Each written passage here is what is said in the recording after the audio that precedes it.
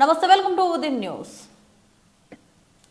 Forest అధికారులు ఆదివాసుల పంట భూములను స్వాధీనం చేసుకోవడాన్ని వెంటనే నిలిపివేయాలని, ఏజెన్సీలో షెడ్యూల్ ఆదివాసీ చట్టాలను పగడ్బందీగా అమలు చేయాలని, ఎన్నికల్లో హామీ ఇచ్చిన విధంగా ఆదివాసుల సాగులో ఉన్న పోడు భూములకు పట్టాలు ఇవ్వాలని తెలంగాణ రైతు కూలీ సంఘం రాష్ట్ర అధ్యక్షులు ప్రసాద్ అన్న రాష్ట్ర ప్రభుత్వాన్ని డిమాండ్ చేశారు. తెలంగాణ రైతు కూలీ సంఘం భద్రాద్రి కొత్తగూడెం జిల్లా కమిటీ ఆధ్వర్యంలో మంగళవారం భద్రాచలంలో పోడు భూములకు పట్టాలు ఇవ్వాలని, ఫారెస్ట్ అధికారులు సాగులో ఉన్న ఆదివాసీల పంట భూములను స్వాధీనం చేసుకోవడాన్ని వెంటనే నిలిపివేయాలని, గోదావరి వరద ముప్పు బాధితులకు అర్హులైన పేదలందరికీ ఇంటి స్థలాలు, ఇందిరమ్మ ఇండ్లు ఇవ్వాలని డిమాండ్లతో భారీ ర్యాలీ నిర్వహించి ఐటీడీఏ కార్యాలయం ముందు ధర్నా కార్యక్రమాన్ని చేపట్టి సమస్యల పరిష్కారాన్ని కోరుతూ ఐటీడీఏ పీఓకి విజ్ఞాపన పత్రాన్ని అందజేయడం జరిగింది.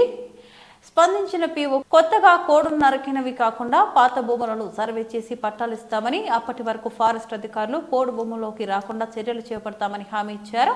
ఈ ధర్నా కార్యక్రమాన్ని ఉద్దేశించి ప్రసాద్ అన్న మాట్లాడుతూ, తెలంగాణ రాష్ట్రంలో 5వ షెడ్యూల్ ఏజెన్సీ ఆదివాసీ ప్రాంతంలో నివసిస్తున్న ఆదివాసీ సాగులో ఉన్న పోడు భూములకు పట్టాలు ఇవ్వకుండా పక్కన పెట్టడం సమంజసం కాదని పేర్కొన్నారు.